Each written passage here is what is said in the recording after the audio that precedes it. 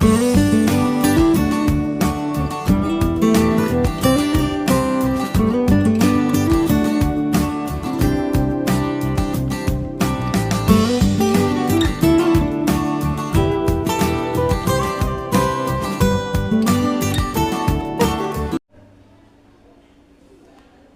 perkenalkan, nama saya Sehat Mengirik Simatupang, calon guru penggerak angkatan ke-10. Pada saat ini akan melakukan observasi interview terhadap Bapak Kepala Sekolah SMA Negeri 1 Polung untuk melanjutkan tugas pendidikan guru penggerak di modul 31, yaitu pengambilan keputusan yang berbasis nilai-nilai kebajikan di sekolah SMA Negeri 1 Polung. Demikian perkenalan saya. Di samping saya sekarang telah bersedia hadir yang saya hormati Bapak Kepala SMA Negeri 1 Polung, Bapak Sitorus SPD MSI. Selamat pagi Pak. Selamat pagi Pak, selamat pagi. Ya, bagaimana kabarnya hari ini Pak? Sehat. Kalau Bapak gimana kabarnya? Ya, sehat juga Pak. Oke. Begini Pak, izinkan Pak mengganggu waktu Bapak sebentar Pak. Kebetulan kami ada tugas tentang modul 31, bagaimana pengambilan kebijakan yang berbasis nilai-nilai kebajikan demi pengembangan di sekolah kita, karena kami tahu juga Bapak adalah pemimpin di sekolah kita, pemimpin manajemen pembelajaran dan juga pemimpin pengembangan sekolah kita Pak. Iya.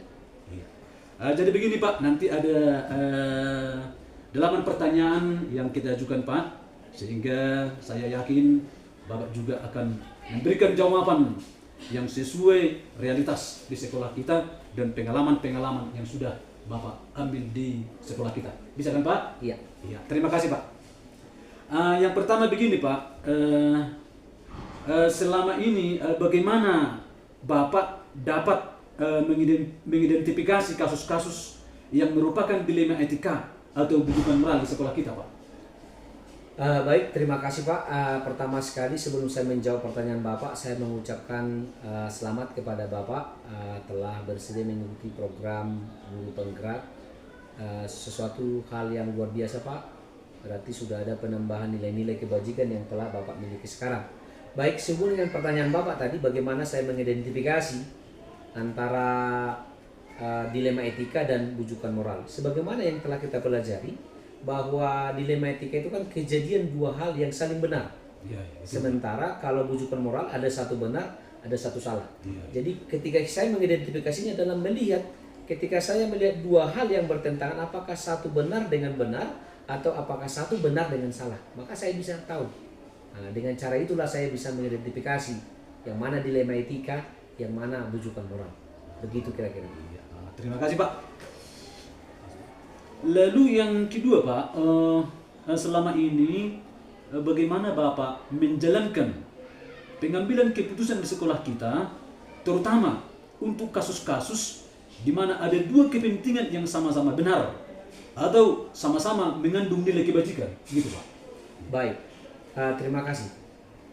Selama saya memimpin di sekolah ini, ketika saya diperhadapkan dengan dilema etika di mana kejadian yang saling benar, maka yang saya lakukan yang pertama adalah melakukan diskusi dengan rekan wakil kepala sekolah dan juga dengan rekan Bapak Ibu guru. Kemudian kita melihat nilai kebenaran mana yang lebih benar dia, sehingga bisa kita mengambil keputusan yang lebih bertanggung jawab. Kira-kira begitu Pak. Luar biasa Pak. Lalu kalau yang berikut Pak,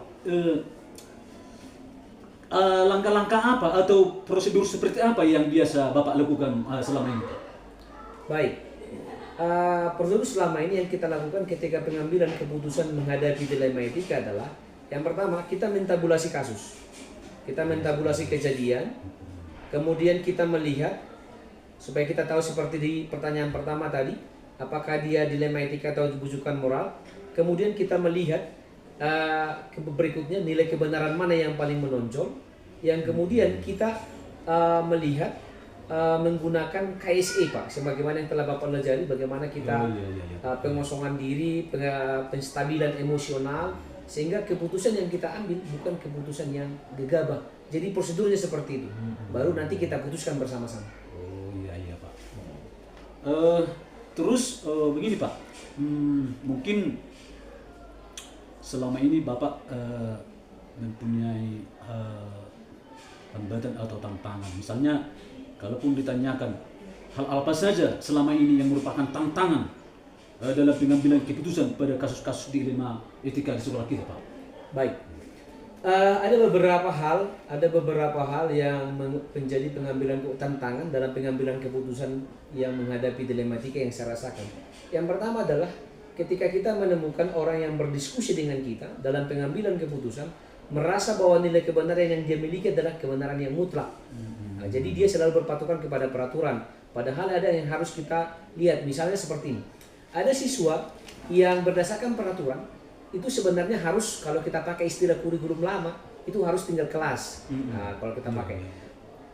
Dari segi peraturan, misalnya dia sudah 15 kali absen, padahal peraturan sekolah 10.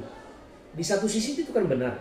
Tetapi di sisi yang lain ada anak yang mengajukan kepada kita bahwa sebenarnya dia absen itu gara-gara ada sesuatu hal yang memang yang harus dilakukannya, membantu orang tua atau ketika dia menghadapi penyakit. Ini hal yang sangat benar. Tetapi ketika kita berdiskusi dengan orang yang mengatakan bahwa peraturan harus kita jalankan, maka disitulah kita kadang-kadang menjadi tantangan. Yang kedua adalah tantangan yang kita hadapi adalah konsistensi.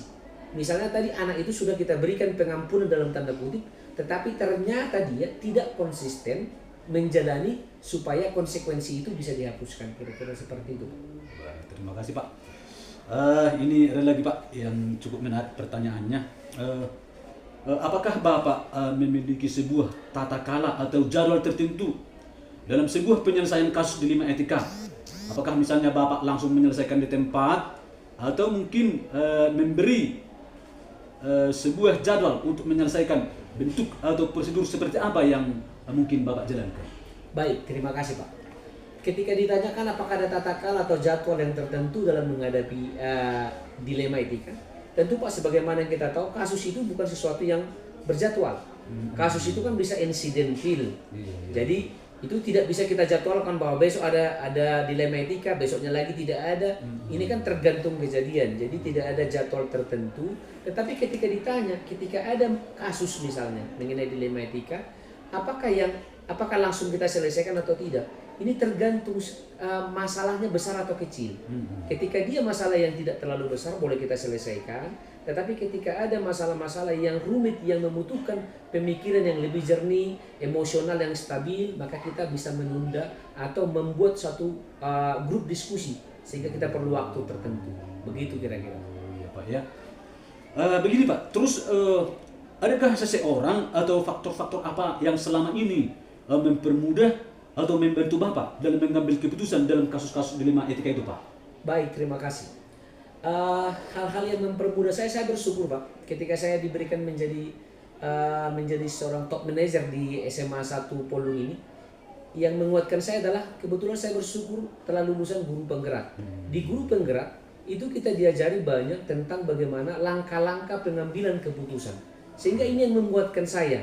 Langkah-langkah pengambilan keputusan ditambah dengan bagaimana kita mengkombinasikan dengan KSE-nya. Jadi emosional kita di situ, Pak. Jadi itu yang menguatkan saya. Ditambah dengan partner-partner guru-guru dan juga wakil kepala sekolah yang siap berkolaborasi dengan kita. Mantap, kolaborasinya, Pak. Jadi berarti yang terakhir lah ini, Pak. Ya. Ini dari semua hal yang telah disampaikan oleh Bapak, pembelajaran apa yang bisa Bapak petik dari pengalaman Bapak mengambil keputusan dilema etika di sekolah kita, Pak? Baik, ada sesuatu hal yang paling menarik yang saya rasakan ketika pengambilan keputusan menghadapi dilema etika. Saya ada kutip. Ternyata di setiap kebenaran orang atau kejadian ada satu kemungkinan kesalahannya, atau di setiap kesalahan orang ada nilai-nilai kebenarannya, sehingga kita tidak boleh menjustifikasi atau menghukum terlalu berlebihan, tetapi melihat dari berbagai sisi. Nah, itu, Pak, itu yang sangat menarik yang saya rasakan. Oke lah, Pak.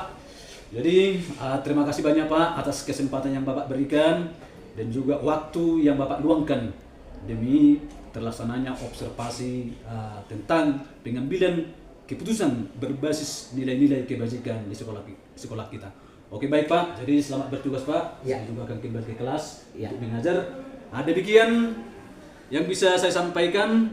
Mudah-mudahan observasi yang tadi dapat bermanfaat dan menggali apa yang sebenarnya terjadi di sekolah kami. Bagaimana Bapak Kepala Sekolah di SMA Negeri 1 Polung mengambil keputusan yang bertanggung jawab, yang berbasiskan nilai-nilai kebajikan. Terima kasih. Tergerak, bergerak, menggerakkan.